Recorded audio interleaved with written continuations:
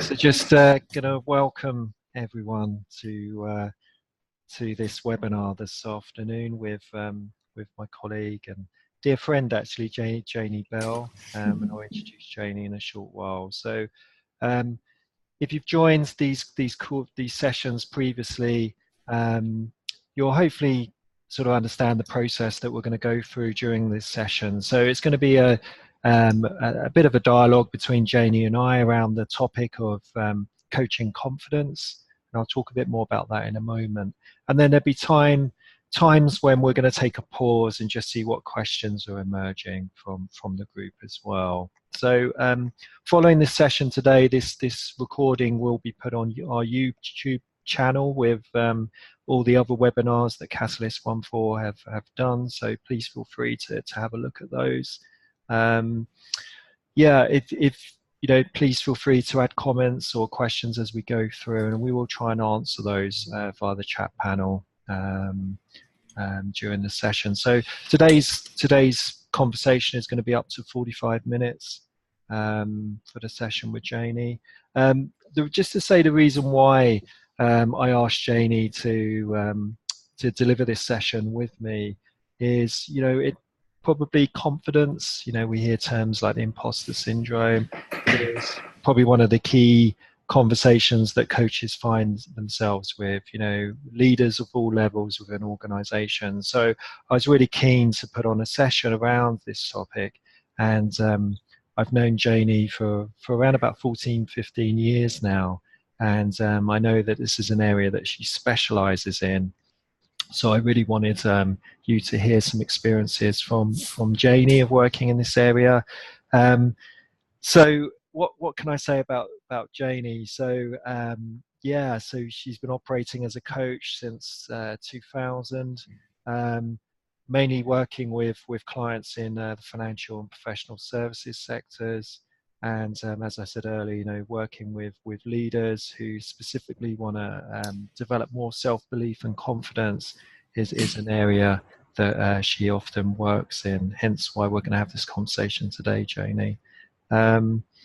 So, Janey, anything else you'd like to say? I mean, I thought I'd ask you a question in a short while, just a bit about your background, but anything you want to say at the start of the session? No, I'm just very happy to be here this lunchtime on Monday on a lovely sunny day. I'm looking forward to our conversation. Thank you. Thank you, Janey. So just before we start and launch into the conversation itself, I just wondered if you've got a pen or paper handy, it may just be useful for you to start with an outcome in mind. So, you know, in terms of you investing your time in participating in this session today, what is it that you would like to take from the conversation? So you may be thinking about yourself or your work as a coach, but maybe just spend a moment just writing down or reflecting on the question around what would you like to take away from this conversation today?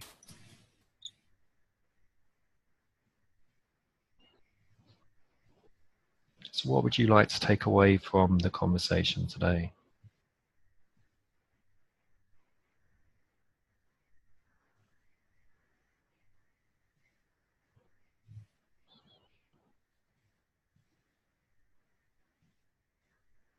And you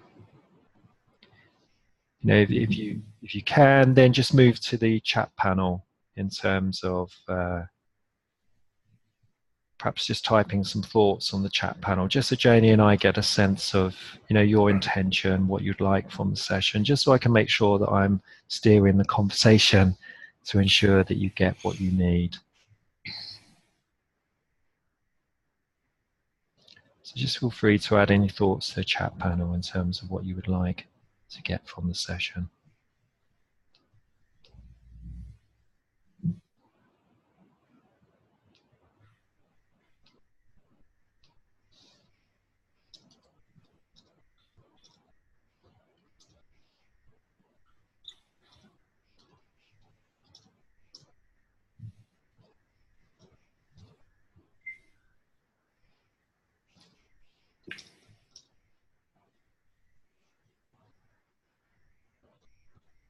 Okay, so just saw a couple of thoughts coming through. So Ruth would like to learn some tips for her clients and also herself as a coach. Melanie, techniques to ensure I vibe. Is present with appropriate confidence to coachees. David, ideas on how to approach if the coachee not clear. So what's that one? Not clear, it's a confidence issue. So perhaps when it's not actually being overtly expressed in the conversation. Also from Ruth, any program structure. Susanna, I'd like more confidence in my own abilities. Feedback from my clients is great, but I'm very self-critical, which I know will resonate, Janey, in terms of some of the work that you do. So thank you for putting those on there. And I can see from Kizzy, using presence, authority and impact model when impact is an issue, how best to explore it. Okay, great. Thank you, everybody. So let's just start, Janey. I'm just bearing in mind the people that generally we have on these calls, and I know some of the people who've joined us in terms of practicing as coaches, and also some people that are developing a practice as a coach as well. So let's just start with this whole piece of confidence for ourselves, because that sort of energized something in me, and perhaps any advice you would have for, you know, a coach or a new coach that may be perhaps self-critical at the end of a conversation or, you know, during the process. I mean, that was my first tip I was going to say, and actually just picking up on what someone just said. I think often, I know from my own journey as a coach, I was very self-critical to begin with. I'm very judgmental, and that kind of gets in your way. So I think having kindness and compassion to yourself in the same way that you would have for the people that you're working with is about applying that to yourself. And really taking the time at the beginning of a session to sort of centre yourself. I think we can sometimes get a bit anxious, maybe perhaps, and we're not feeling quite so confident when we go into, you know, our first coaching session with a client, working with them. So it's really about sort of using that as part of your preparation about how you prepare yourself. So thinking about, you know, perhaps, you know, taking some nice deep breaths, you know, using some of your mindfulness techniques just to sort of calm and centre yourself. And one of the tips that I used when I first started was I used to take time to write down. So I used to think about, it's almost thinking about Stephen Covey, you know, start with the end in mind. So thinking for myself, how did I want to feel at the end of the coaching session? So it's very personal. And it was around, you know, I would sit down and I'd write out, usually on my way to the coaching session on the tube or whatever, and I'd sit down and think about, okay, so how do I want to feel at the end of the session? What do I want to be saying to myself? What do I want to be seeing in front of me in terms of the client? And really sort of that, I find that just changes your state and it gets you into a much more positive frame of mind, and it starts thinking about actually what you want to achieve in this session and how you want to be as a coach. So really taking the time to do that, I think it really helped me when I started my journey about, you know, what do you want to see at the end of the session? So, you know, quite frankly, I wanted to see a smiling client at the end of the session, saying things like, you know, that was really helpful, it's really insightful, you know, I've really taken a lot away from this, you know, things like that that would just make me feel positive. So that was what I knew I wanted to achieve. And I'd be feeling happy, positive, confident at the end of the session, thinking, yeah, that was a good session. Obviously, there's always something to reflect on and learn, but it's just thinking, okay, how do I want it to be at the end of the session? What do I want to take away from this? So really sort of taking the time to do that at the beginning. And the other thing I think that follows on from that is, I think I've heard from a lot of coaches when they're sort of starting their training that the internal dialogue, you know, that sort of internal chatter that we all have, can sometimes be quite loud when we're first starting off. So we can be quite judgmental of ourselves. Maybe, what's the right question to ask? Is there a right question to ask? What should I say now? I don't know what to do next even. I'm not sure which way to take this. All that can sort of get in the way. And I always say to people, it's almost like if you were having a coaching client and sitting with them, you wouldn't let someone else sit in the meeting and talk out loud and say all the things that might be going inside your own head, because obviously it will have a huge impact on the conversation and on your listening. One of the key skills, one of the fundamental skills of coaching is to really listen and to be fully present for the person that's sitting opposite you, to give them that space that's their space. So starting to be aware of your own internal dialogue, Is it there? Finding a practice for yourself that means that if it sort of starts chattering away, that you can just quieten it down and then be fully present for the client, the coachee. So for myself, I used to look at the coachee in front of me and say inside my own head, I would say to them, you have all the resources that you need. And that became my sort of anchor, which kind of settled me down, closed down the internal chatter, which meant I could fully focus on the client. Because there's so much going on that we can pay attention to as a coach, not just what the language they're using, but also in terms of their body language, we can pick up so much. And when we're fully present and we're in that good state, it makes us much more effective as a coach. Mm-hmm. So I think it's about really managing your own state, thinking about before you go into the session, how do you want it to be at the end? And if you haven't got a big smile on your face as you write that down at the end of it, then you haven't done it properly. You need to go back and think, what do I really get at the end of the session? What am I going to have from this? How's the client going to be? I used to imagine people, shaking my hand at the end of the session if they walked me to the lift or whatever, with a big smile, and me smiling back, which then just settles it all down and makes you focus on what you really want to get from there. And then also being aware of your internal dialogue. So being kind to yourself, because I think quite often coaches aren't perhaps as kind to themselves as they could be. So that's my sort of 2 tips there. Yeah, no, thanks, Janey. I suppose hearing you talk, and these are my words, so there's the state management, so starting with physiology, and maybe using grounding exercises, mindfulness, whatever. I'm also hearing you use the piece around the sort of inner dialogue and create an internal view of the outcome that you want to impact the physiology and perhaps the emotional state that you might be experiencing. So, obviously there's clues in here about how you work, and I know your background in terms of NLP. So perhaps, before we look a bit more around how you work with your clients, might just be useful for people to understand a bit more around, I suppose, how you've developed your practice in this area.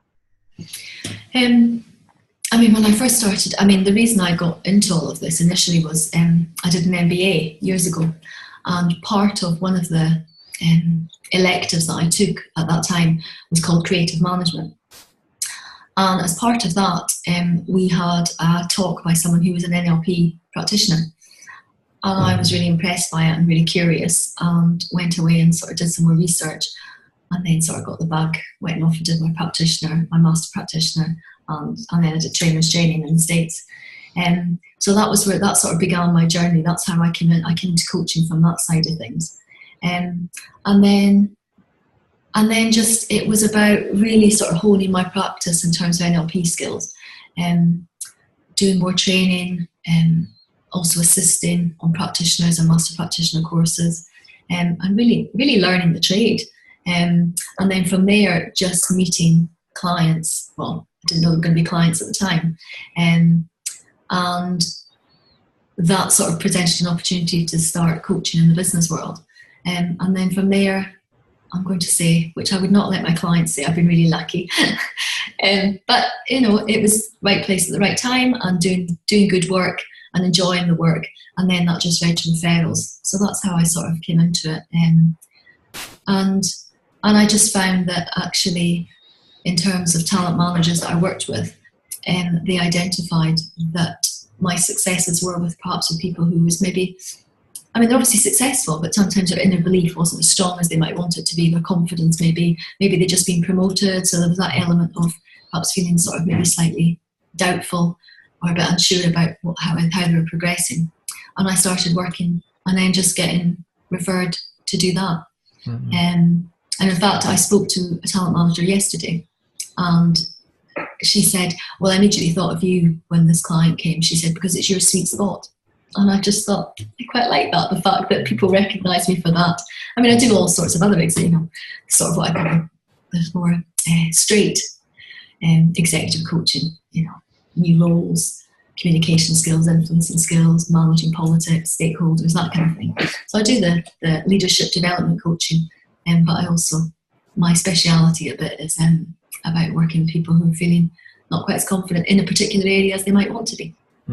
And just, I think what's nice there is the matching of the sweet spot and the organisational need, but also, as a coach, spending the time to look at the feedback you're getting from your clients that might be starting to identify your sweet spot, and how you work.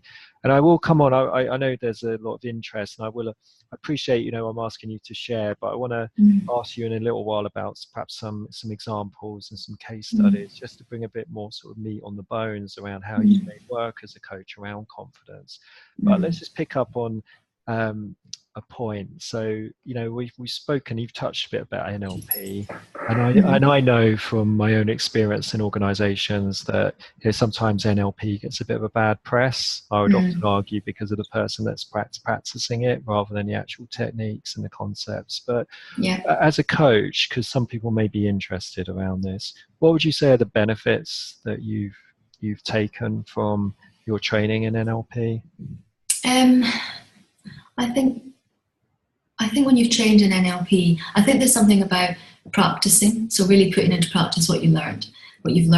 It's very practical, as opposed to sometimes people can enter it and do it sort of theoretically. But I think there's doing work on yourself that's really sort of key in terms of NLP. And the skills that it brings, I think it enhances your listening skills. I think it really encourages you to focus completely on the person sitting in front of you. So really paying attention to them, noticing, a shift in colour, when they're talking about something, perhaps a particular body language that seems to happen just when they talk about this particular area or person or whatever it might be, and sort of really having a real awareness of the whole person and what's going on for them. So really, I think that fundamentally is one of the key areas. And then going on from that, I think it makes you, you become very curious. I think that's one of the words I'd use with NLP. It makes you very curious about the person sitting in front of you and sort of trying to work out how they do what they do. The particular behaviour that they might want to change. How does that manifest? Where does it come from? What thoughts, beliefs, what values? Sort of what sits underneath it that actually is where the change can really occur. So I think, really being able to pick out particular language they use, limiting language perhaps. I think it gives you an awareness of language that really makes you much more aware when you're working with clients. And there's also lots of different techniques, about, how do we, in terms of the pictures we're making in our mind, we're set internal dialogue, what we're saying to ourselves, the language we're using internally as well as externally. So you really start sort of paying attention to all of that. So I think it just heightens your sense of what's going on for the client sitting in front of you. Great. And I suppose, again, just my own reflections from listening you did there was that whole piece of, needing to embody it yourself first. Because often people think about NLP as techniques that I do to somebody else, but I'm hearing they actually, this fundamentally impacts the way that I'm paying attention, the way that I'm tuning in and attuning to the client. And then there's actual exercises or approaches that I will be using with them. So can I just go back in terms of what, I think sometimes NLP can get a bad press because it can be seen as being, especially in rapport building, how you build rapport with someone can be seen as slightly manipulative. So I would argue against that and say, if you watch people in the room, you'll see when rapport skills are built. You'll see, you can see a couple together and they both take a drink, at the same time, or they're both standing in the same position, and all this occurs naturally. And I think in terms of rapport building, it's having that. It's when you feel that the only time I'm aware of rapport and focusing on rapport is if it's feeling a bit like it's not quite working with someone. And then I will go back to basics and sort of think, okay, so what can I do? If they're talking really quickly and I'm talking slowly, I'll speed up a bit. So I'll become a bit more like them. So I'll move my posture perhaps and sit. So I say to people, think about someone's spine, how they're sitting. Are they sitting really late, back in the chair, or are they sitting quite forward? And think about that as a way, just as a sort of stepping stool in order to build the relationship. So I think it's what's the intention behind it. And I would say 99.9% of NLP practitioners, it's done with good intention and a good heart. But there's always someone out there who might want to, influence someone, or, I'm sure we've seen the things about, how to influence in a meeting. But I think it comes through. It's a bit, I would used to use the example of, a car salesman. I think if they're not genuine, and sorry if anyone's listening to car sales, if they're not genuine, if there's not that intent there, then I think we kind of get that feeling. We know something's not, we can't put our finger on it, but we know something's not quite right. It's feeling a bit, not sure about this. So I think we get that. So I think NLP, I personally think, it's all about, it came from, if someone's excellent at something, how do we copy that? How can we, if someone can be excellent, what can I learn from them in order to get that skills quicker and more effectively? Because there's so much more going on than just the actual behaviour of doing something. It's all what's going on inside our mind. What kind of pictures we're making, what we're saying to ourselves, all that comes together in terms of our physiology as well. All that sort of, it's the jigsaw puzzle you're putting together that you can learn to be excellent at something else. And also for people, I always say to people, perhaps you're not so good at this yet, but what are you good at? Mm-hmm. And finding out what the thinking patterns underneath that sit beneath that then you can sort of, it's the gap analysis, you take some of that out and apply it to where you're not so good. Mm-hmm. And it changes it. Sure.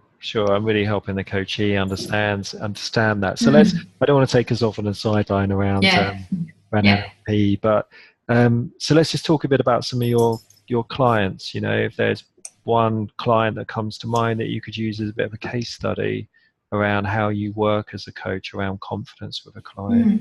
Can you just share some thoughts around that? Yeah, when someone's the first session I have with someone, I'll always say to them that I'm very much looking at them, almost being very curious about them and what's going on for them, and really sort of paying attention to them. So really sort of, I'm looking for technically I call it the moments, where there's something, they want to achieve something, but there's that sort of, there's a change in the physiology, there's a sort of intake of breath, they're maybe not breathing as deeply. So it's really starting to build up a picture of how they are being in front of you and being curious about that. And then it's really about, there's not a sort of set way of working with someone. It's about what they present it and how they're doing the problem. So when they talk about not being confident, what does that mean to them? And what's the difference between when they're being confident? So my first question often, if someone says, I want to work on confidence, and I'll say, well, let's get, it goes back to the ARC model. It's about raising their awareness very first. Okay, so what does that mean? When you're being confident, how are you being? How would you rate yourself? I always scale people at the very beginning, because I learned, one of my very first clients I saw, it was around confidence, and it was my first corporate client. We started work together, and we did the first session, and it was 2 hours, and I came away from that session thinking, yes, good piece of work, we'd moved him forward, and he was feeling much more confident. And the second session we went together, and I said to him, so how are you, and how are you in relation to the issue that you presented with? And he said, oh, that wasn't really a problem. Actually, that was never really a problem. What the problem was this really, that wasn't an issue. And then it was a sort of a bit of a learning for me, because when you do this kind of work and change someone's mindset, then the problem that was a problem is no longer a problem. So it's almost like they've forgotten what it was like. So I always scale people now as a way of them sort of checking in and seeing for themselves, to give themselves a sort of pat on the back to say, yep, I started here and now I'm here. So I'll get people to rate their confidence around whatever issue it is they're working on out of 10. So where are you now? Where would you rate yourself? So if it's a 3 or 4 out of 10, what do you want it to be? So if I think about, one of my clients, with her, when she came to begin with, we talked about confidence, and she described herself as being a not confident person, which in itself is limiting, because obviously she's not confident in perhaps a particular area, or working with a certain person, or whatever it might be, but it doesn't cover her whole life. There are areas where she is confident. So getting her to identify, where she was, I think she started at 3 out of 10, 2 or 3 out of 10 in terms of the area she was working on. And sort of then thinking, okay, so where do you want it to be? And I found, I don't think I've ever had anyone say they want to be a 10 out of 10. Because for a lot of people, they think that moves into the arrogant side of things. And so I say, it's a 9 out of 9. And people go, oh yeah, I like to be a 9 out of 9. Okay, that's fine. So it's sort of getting them to think about, what's going on for them. What's the difference between a 2 out of 10 and a 9 out of 9? Because there's that journey that happens. So it raises their awareness in terms of, what are they saying to themselves when they're at a 2? What are they paying attention to when they're at a 2? Where's their focus? We all make pictures inside our head that we're not really aware of most of the time. So what's the picture you're making? And And how are you, what's your physiology? How are you standing? How are you moving? One of the first things I'll often do to people, I'll say, okay, if I were to take a photograph of you, when you're at a 2 out of 10, and one when you're much more confident, and it was wearing the same outfit, so there was nothing to differentiate between them, could you look at that picture and tell me which one was which? And in all the years I've been doing this, I've never had anyone who said, no, I couldn't tell the difference. Every single person would be able to look at that picture and say, oh yeah, I can tell. And so there's a whole physiology, in terms of their body language, how they're standing, how they're moving. It's completely different when they're at a lower confidence level than when they're at a higher confidence level. And one sort of a little tip that I found is, it's about posture. And one of the really sort of quick ways to change your posture is to just lift your chin up. Everyone, it's one of the things that came through was when they were not confident, it's a bit like, I'm sure a lot of people have seen the Amy Cuddy video, about the power poses and about taking up more space. And when people are less confident, they're taking up less space, and they tend to be a bit sort of inward in terms of their body, sort of their shoulders are rounded, maybe their legs are crossed, their chin is sort of down. So the first thing to change it, if you're sitting like that, if you all put yourself into that position now, sort of cross your legs, sort of round your back, round your shoulders, and sit there, and then try and lift your chin and stay there, it feels very uncomfortable, sorry. And of course what happens is if you lift your chin, your whole body sort of then moves as well, and you move into a different posture. So that's the sort of little tip to start. So paying attention to someone, how are they doing? To make them aware, because I think sometimes when you're working with confidence, people will say things like, well, that's just the way I am. Oh, I'm always like that.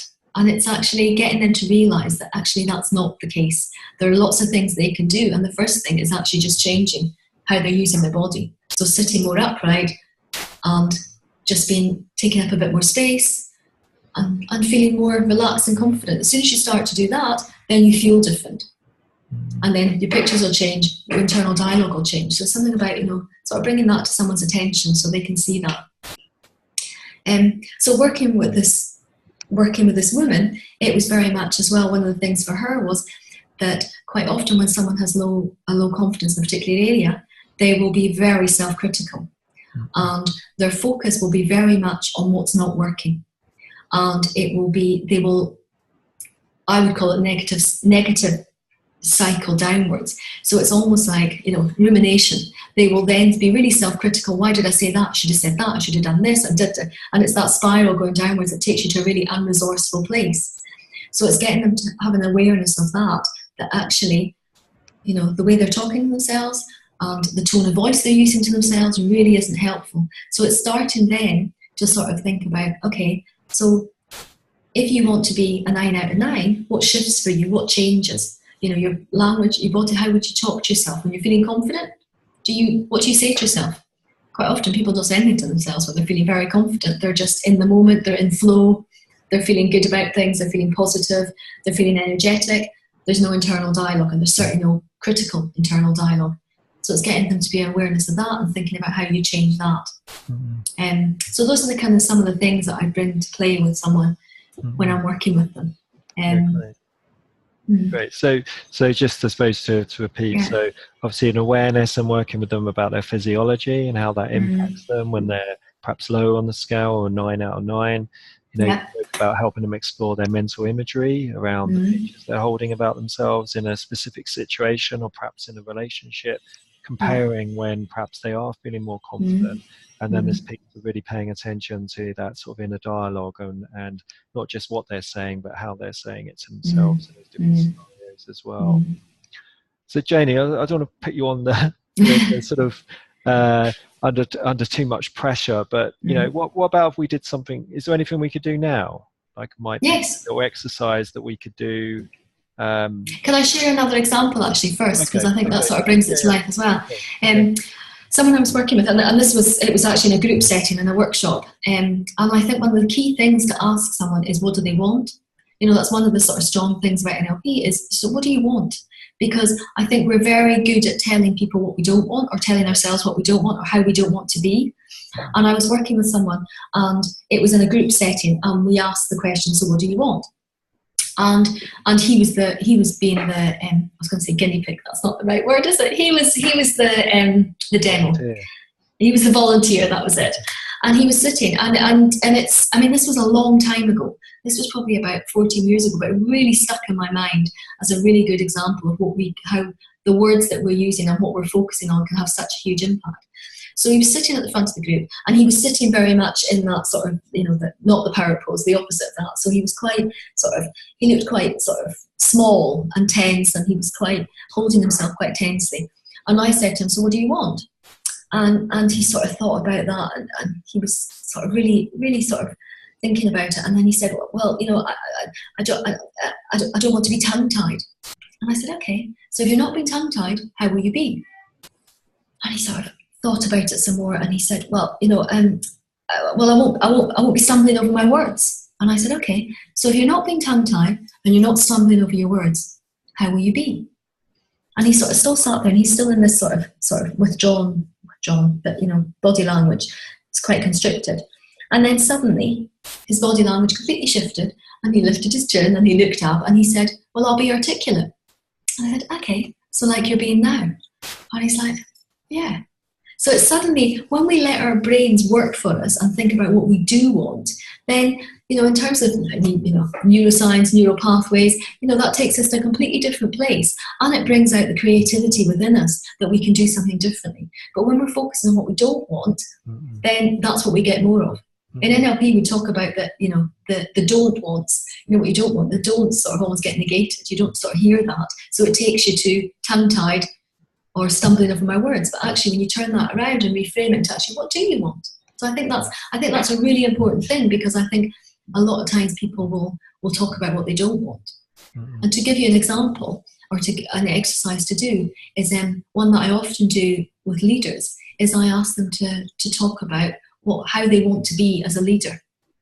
And, often you'll get sort of the really positive words coming out, but then sometimes there will be something about, well, I don't want to be arrogant. I don't want to be bossy. I don't want to be controlling.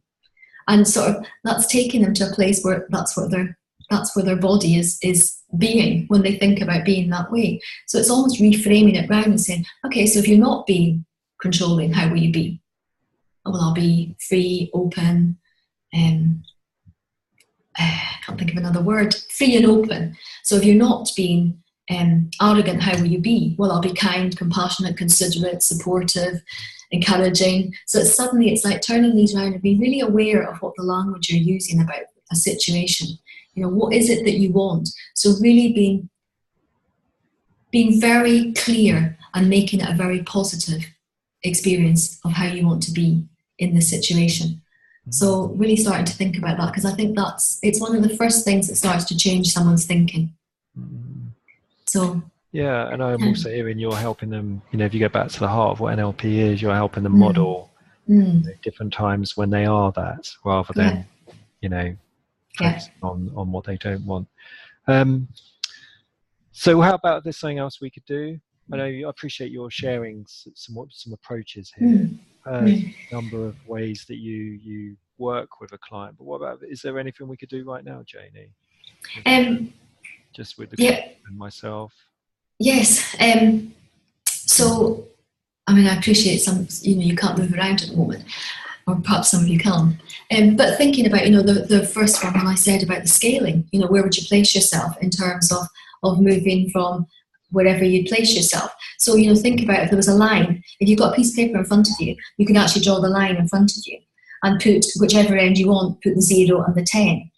So 0 being completely unconfident and 10 being super, super confident. And if you think of a situation that perhaps you're facing and pick an area, think about that situation and where would you place yourself currently now on that scale between 0 and 10? And just make a mark on that line if you can, if you've got paper and pen, or if not, just think about, what's the number, where would you place yourself?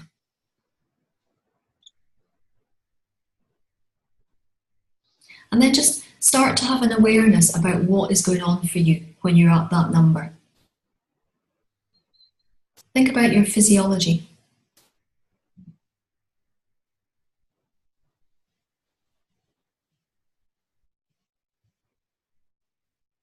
Think about the kind of things that you're saying to yourself there.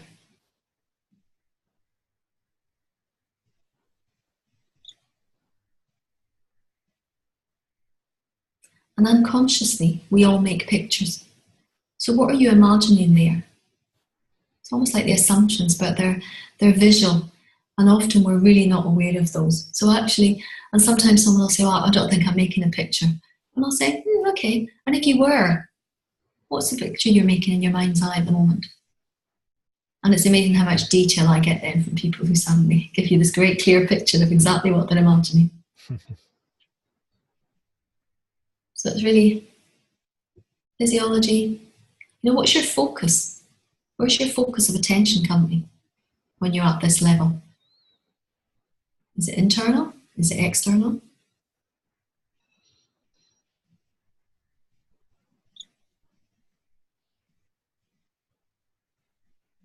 Yeah. So then think about some other situation. So actually, I'll ask you a question just to get out of that. What did you have for breakfast this morning?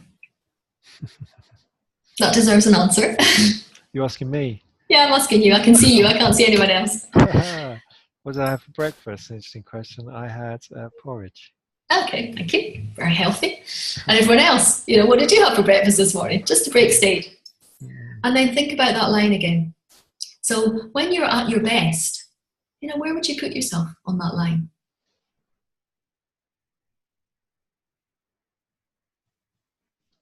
Yeah. And then I'm just going to ask you, it's a compare and contrast. So when you're there, what's going on for you there?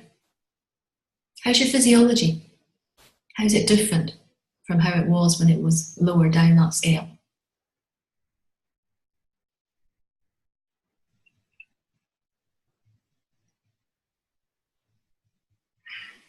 Yeah. What kind of things are you saying to yourself there, if anything?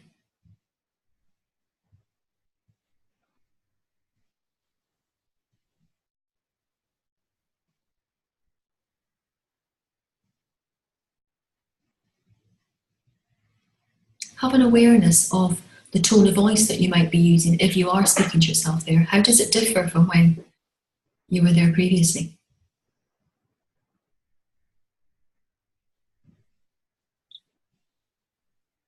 And the picture that you're making inside your head when you're here?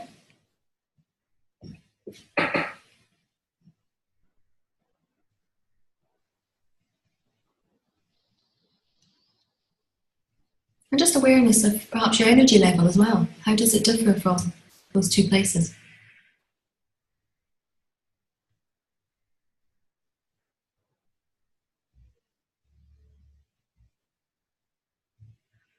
So even already you started to gain awareness, increased awareness of how you do it differently.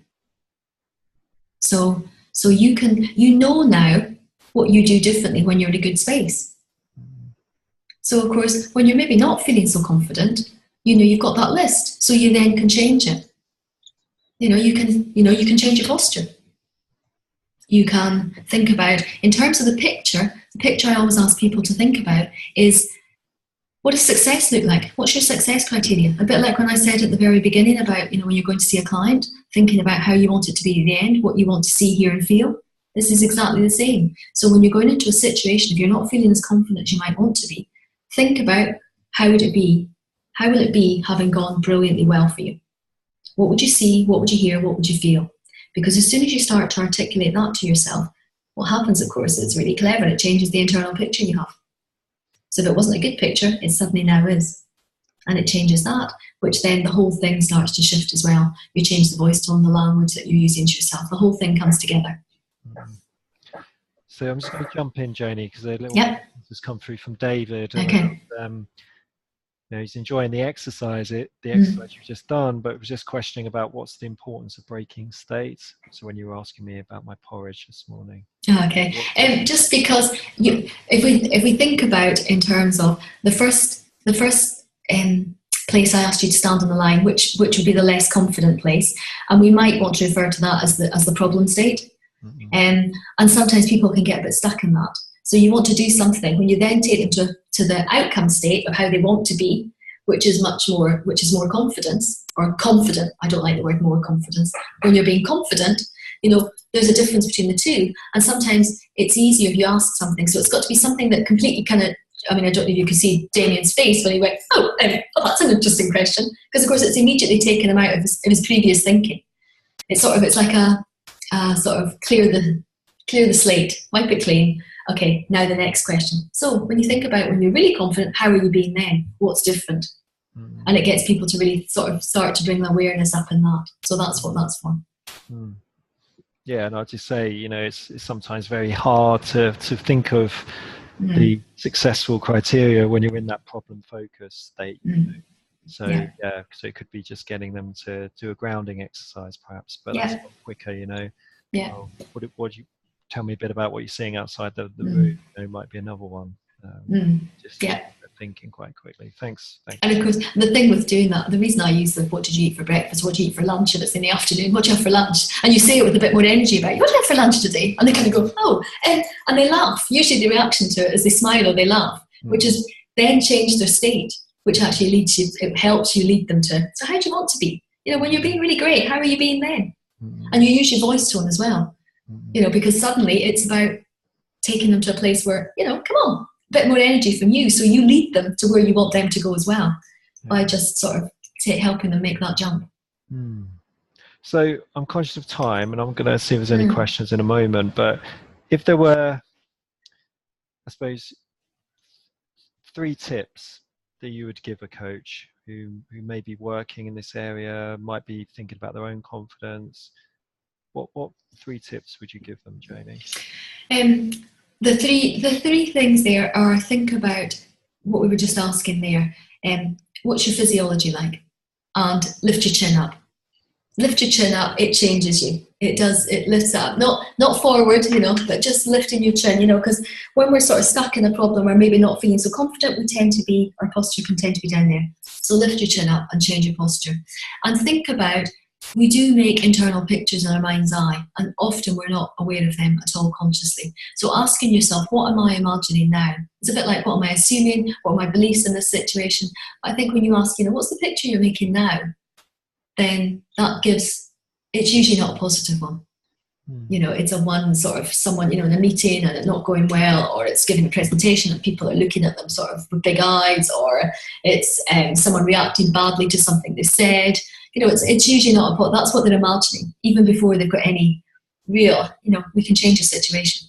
So getting them to think about, what's going on in their mind, what's the picture they're making. And then having awareness of your language. What kind of language are you using? Is it empowering language, or is it language that sort of doesn't serve you well in this situation? Is it a language of possibility, or is it a language of necessity? And by that I mean the language of necessity would be around should, have to, must, need to, which can feel a bit sort of not so positive, not so confident. And then if you turn it around and think, so I could do this, I will do this, I want to do this, then that suddenly changes it as well. Great, thank you. So I'm just going to see if there are any burning questions for anyone that's listening. Just anything that sparked your interest or anything you would like to hear more about. I've got loads of other questions for you, Janey, but I'm conscious of our time and just just seeing if there's anything else that the group would really like to hear. I suppose picking up on one area. It's just a bit around, so how do you work with someone, Janey, perhaps who I don't know, is not so open, in terms of exploring their self images or their self-talk? I mean, what's been your experience perhaps about meeting people with less awareness around that? That goes back to the setup. That goes back to your contracting at the very beginning of the piece. So because I use, I ask people, what picture are you making, or, what colour's that, or, what's language are you, what you're saying to yourself now, which is not the questions that people normally get asked. I will often say to people at the very beginning, in fact, I will say to people when I start working with them as part of my sort of contracting pieces, because I use NLP at times, it might mean I'll ask you some really daft questions. And of course, in their mind's eye, I've said that, and then in their imagination, they go way out here, and I might just go to here. So I've never, because I've set that up at the beginning so that people might expect, and I don't tell them what kind of questions I'm going to ask them. I just say, I might ask you some daft questions just about your thinking that'll just help change things around for you. Is that okay? And they'll sort of go, oh, yeah, okay. And you've set the scene for them.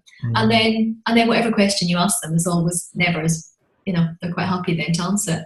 Yeah. And I think that comes back down to rapport and trust and really being fully present for someone. Because I think if someone really feels that you're holding that space and it's their space, that you are completely focused on them achieving their goals, I think that's powerful. And I think then I've never had anyone who'd said no. Yeah, sure. Thank you, Janey. Thank you. So I'm just conscious of time, and I'm sure there's lots more that we could talk about. So I do want to say, thank you for sharing some of your approaches today. I really hope it's been useful to everybody that's been listening live as we've been having this conversation. So just anything you want to say to the group just before I bring things to a close, Janey? Just that my aim was to give you some practical things that you could use, and I hope, I'd like to think that I've done that for you. If you've got any questions or anything you want to ask further, you can always get in touch through Janey, and I'll be very happy to do that. Great. Thank you, Janey. Thank you. And just to say, so the next webinar we're running is on the 22nd of October at 2:00. So I do hope you can make that one as well. Thanks for dialing in today. This recording will be on YouTube if you want to listen again. And hopefully connect with you all again soon.